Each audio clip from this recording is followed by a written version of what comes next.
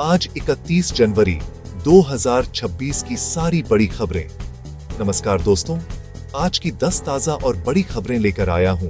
जल्दी सुनिए, समझिए और कमेंट करके बताइए कि कौन सी खबर आपको सबसे ज्यादा प्रभावित कर रही है। अगर वीडियो या इस स्क्रिप्ट को उपयोगी लगे तो लाइक, शेयर और सब्सक्राइब जरूर कीजिए। घंटी का निशान दबाना न भूलिए ताकि अगली हर वीडियो की नोटिफिकेशन सबसे पहले आपको मिले। अब एक मजेदार जी के सवाल। भारत का सबसे बड़ा राज्य क्षेत्र के हिसाब से कौन सा है? ए महाराष्ट्र, बी राजस्थान, सी उत्तर प्रदेश, डी मध्य प्रदेश। सही जवाब कमेंट में बताइए। सही जवाब देने वालों में से चुनिंदा लोगों को छोटा सा पुरस्कार मिलेगा। चलिए शुरू करते हैं। मौसम का अलर्ट। देश के कई हिस्सों में बारिश, हिमालयी इलाकों में बर्फबारी। भारत मौसम विभाग ने 31 जनवरी को उत्तर भारत समेत 8 राज्यों में झमाझम बारिश और हिमालयी क्षेत्रों में बर्फबारी का पूर्वानुमान जारी किया है। इसका मतलब है कि पहाड़ी इलाकों में यात्रा और सड़कें प्रभावित हो सकती हैं, बिजली और परिवहन सेवाओं में व्यवधान आ सकता है और ठंड की लहर तेज हो जाएगी। साथ ही मैदानी इलाकों में कोहरा और घना कोहरा यात्रियों के लिए खतरा बन सकता है। किसानों को भी ठंड से फसलों के नुकसान का खतरा और संवेदनशील फसलों की सुरक्षा के निर्देश दिए गए हैं। आप यात्रा कर रहे हैं तो आधिकारिक अलर्ट और लोकल विभागों के निर्देश अवश्य देखें। अब बढ़ते हैं अगली खबर की तरफ। उत्तर प्रदेश में आधार जरूरी होगा प्रॉपर्टी पंजीकरण के लिए। 1 फरवरी 2026 से यूपी में सभी संपत्ति रजिस्ट्रेशन में आधार आधारित प्रमाणीकरण अनिवार्य कर दिया गया है ताकि धोखाधड़ी और नकली दस्तावेजों को रोका जा सके। इसका मकसद रियल एस्टेट ट्रांजैक्शन को और पारदर्शी बनाना, चेक परख को आसान करना और नकली मालिकाना दावों पर रोक लगाना है। नोटरी और रजिस्ट्रार कार्यालयों में ऑनलाइन और ऑफलाइन दोनों प्रक्रियाओं में आधार लिंकिंग की शर्त लागू होगी। खरीदार और विक्रेता दोनों को दस्तावेज सत्यापन के लिए आधार आधारित OTP या बायोमेट्रिक वेरिफिकेशन का इस्तेमाल करना होगा। जल्द बनवाए जरूरी दस्तावेज। प्रधानमंत्री आवास योजना में यूपी ने भारत में पहला स्थान बनाया। प्रधानमंत्री आवास योजना के तहत यूपी ने 9 वर्षों में 62 लाख से अधिक परिवारों को पक्के घर दिलाए, जिससे राज्य देश में पहले स्थान पर पहुंचा है।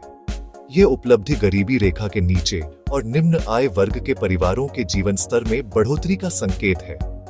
इन घरों में मूलभूत बुनियादी सुविधाएं जैसे बिजली, पानी तथा शौचालय की सुविधा शामिल रही है।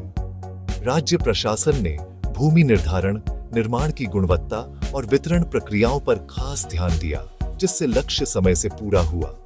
लाभार्थियों के लिए क्रमिक मॉनिटरिंग और देखभाल भी जारी रहेगी। बजट 2026 के मद में पीएम किसान सम्मान निधि योजना में संभावित बढ़ोतरी की चर्चा है। संकेत मिल रहे हैं कि बजट 2026 से पहले पीएम किसान सम्मान निधि की राशि 6,000 से बढ़ाकर 9,000 रुपए प्रतिवर्ष की जा सकती है, जिससे करोड़ों किसानों को फायदा मिल सकता है। अगर सरकार इस बढ़ोतरी को मंजूरी देती है तो छोटी और सीमांत किसानों की आर्थिक स्थिति में वाकई संकल्पात्मक सुधार देखने को मिल सकता है और खरीफ रब्बी सत्रों में खर्च के लिए उन्हें तरजीह मिलेगी। कृषि इनपुट, बीज और उर्वरक की लागत को देखते हुए यह कदम खेती को और टिकाऊ बनाने में मदद करेगा। फिलहाल यह प्रस्तावित है। अंतिम निर्णय और लागू होने की तारीख बजट घोषणा के समय ही स्पष्ट होगी। भारत में इंडिया पोस्ट GDS भर्ती 2026 के लिए आवेदन शुरू हो गए हैं। इंडिया पोस्ट GDS यानी ग्रामीण डाक सेवक भर्ती 2026 के लिए आवेदन 31 जनवरी से शुरू किए गए हैं और इच्छुक उम्मीदवार सरकारी पोर्टल पर आवेदन कर सकते हैं। इस भर्ती का उद्देश्य ग्रामीण क्षेत्रों में डाक सेवाओं को मजबूत करना, रोजगार के अवसर बढ़ाना और स्थानीय स्तर पर सेवाओं की उपलब्धता सुनिश्चित करना है। आवेदन प्रक्रिया, पात्रता मानदंड और आयु सीमाएं आधिकारिक नोटिफिकेशन में स्पष्ट रूप से दी गई है, तो उम्मीदवारों को दस्तावेज सत्यापन, ऑनलाइन आवेदन फीस और समय सीमा पर खास ध्यान देना चाहिए। रिजल्ट और कॉल लेटर संबंधित क्षेत्रीय पोस्टल सर्कल द्वारा जारी किए जाएंगे। राजस्थान में मुख्यमंत्री युवा स्वरोजगार योजना की शुरुआत की गई है ताकि युवाओं को स्वरोजगार के लिए नई सुविधा और सहायता मिल सके।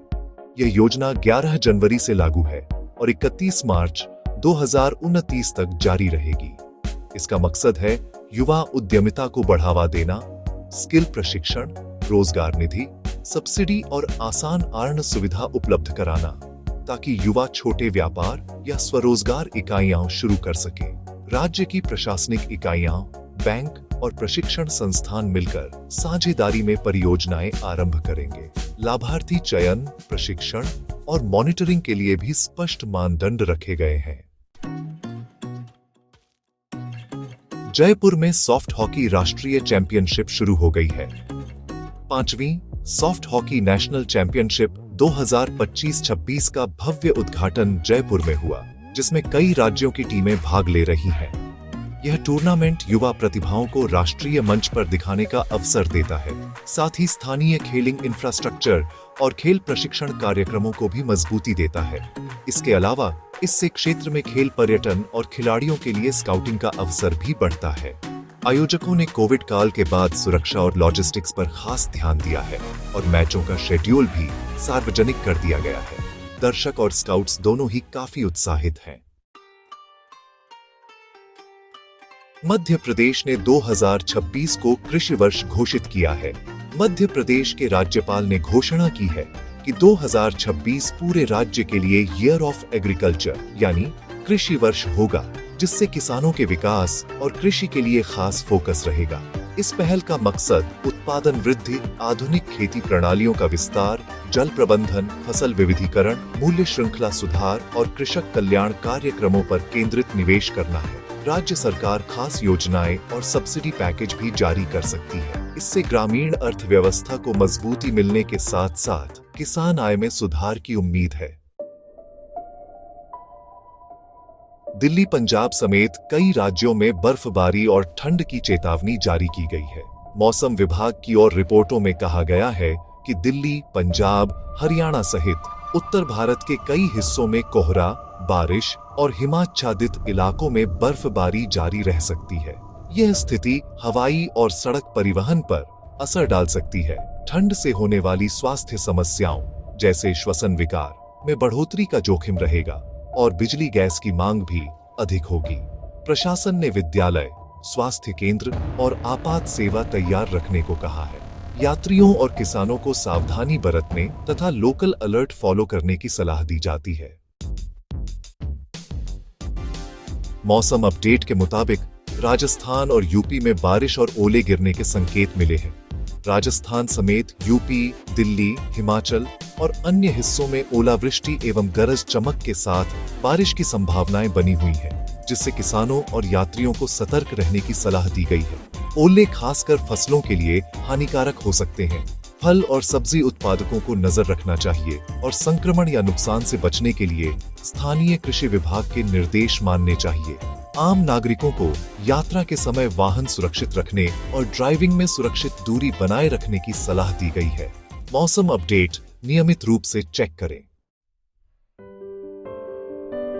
कृपया बताइए, आपको कौन सी खबर सबसे ज्यादा महत्वपूर्ण लगी और जी के सवाल का सही जवाब क्या है?